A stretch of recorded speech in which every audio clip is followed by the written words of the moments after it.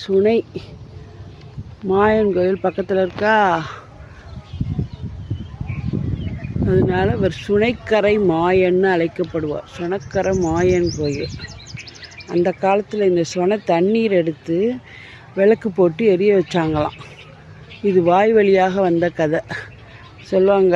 பச்சை தண்ணியில் விளக்கெரிய வச்ச மாயான்னு. ஆனால் இப்போ 2024-25 பச்சை தண்ணியில் விளக்கு வந்துருச்சு, நம்ம ஆன்லைனில் கிடைக்குது. ஆனால் அந்த காலத்துலேயே இதை நம்ம ஜனங்க செஞ்சுருக்காங்க.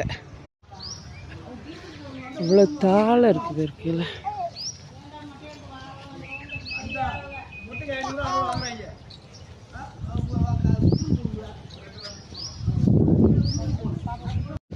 சின்னதுலே உதிர்ந்துருது.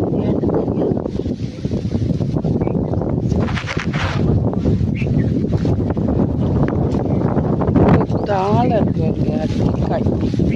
நம்ம இந்த 1500 கொடுத்து வாங்குறோம்ல, அந்த அத்திக்காய் காயாக இருக்கு.